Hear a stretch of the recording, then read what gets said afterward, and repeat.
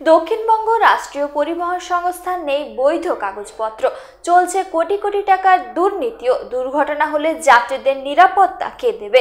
এমনই অভিযোগ তুলে দুর্গাপুরের সিটি সেন্টারে এসবিএসটিসি স্ট্যান্ডে সংস্থার বাস আটকে বিক্ষোভ দেখালো বিজেপি। উত্তেজনাময় পরিস্থিতি সামাল দিতে ঘটনাস্থলে পৌঁছায় দুর্গাপুর থানার পুলিশ। এ বিষয়ে দ্রুত ব্যবস্থা না নেওয়া হলে বৃহত্তর আন্দোলন নামার হুঁশিয়ারি বিজেপি নেতার।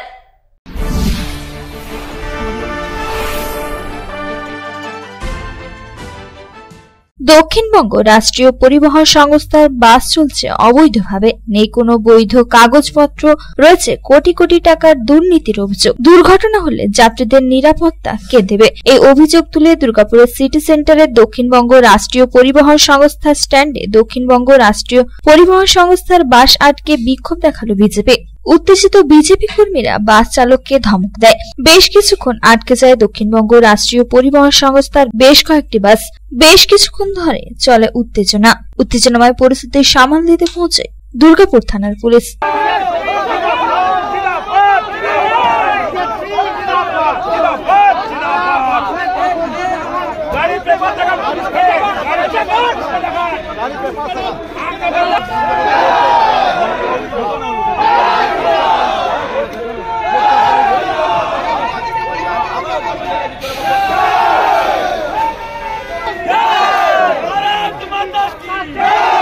বিজেপি বিধায়ক লক্ষণ ঘোড়াই দক্ষিণবঙ্গ রাষ্ট্রীয় পরিবহন সংস্থার সামনে দাঁড়িয়ে আধিকারিকদের হুঁশিয়ারি দিয়ে বলেন, পলিউশন রেজিস্ট্রেশন মেয়াদ শেষ হওয়ার পরও চলছে একের পর এক দক্ষিণবঙ্গ রাষ্ট্রীয় পরিবহন সংস্থার বাস।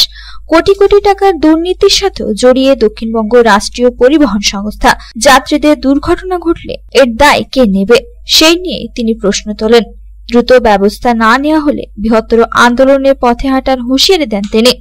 মূলত একটাই বিষয়, আজ যুব মোর্চা ভাই প্রদীপ মণ্ডলের নেতৃত্বে আমরা যুব মোর্চার পক্ষ থেকে বিক্ষোভ মিছিল আয়োজন করেছিলাম। উদ্দেশ্য পরিষ্কার এবং একটাই উদ্দেশ্য, মূল উদ্দেশ্য একটাই, যেভাবে সারা বাংলা জুড়ে এসবিএসটিসিতে লক্ষ লক্ষ টাকা চুরি, কোটি কোটি টাকা চুরি, টিকিট কেলেঙ্কারি শুরু করে চুরি হয়েছে, সেই চুরির তদন্ত হচ্ছে না।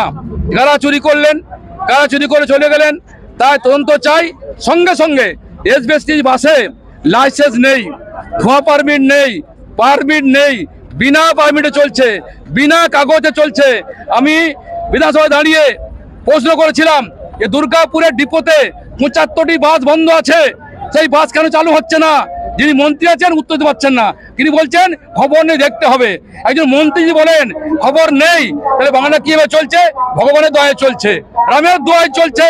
তাই আমরা যুবমোর্চার পক্ষ থেকে এসেছি, আজকে লাইসেন্স নেই, পারমিট নেই, ধোঁয়া নেই, বাস চলছে।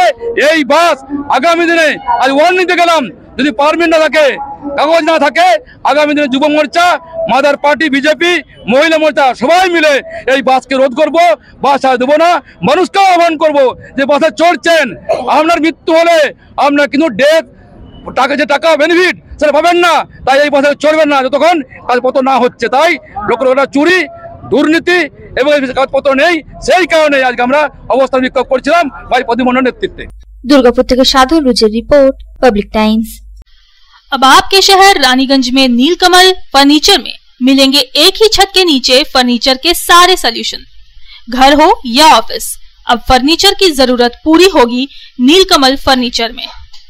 Living room solutions, dining solutions, bedroom solutions, storage solutions, sitting solution और यूटिलिटी सॉल्यूशंस, सभी सॉल्यूशन का एक ही नाम, नीलकमल फर्नीचर। हमारा पता है NSB रोड, रानीगंज, अमृत कुंज आश्रम के निकट। हमारा कॉन्टैक्ट नंबर है 9832557469।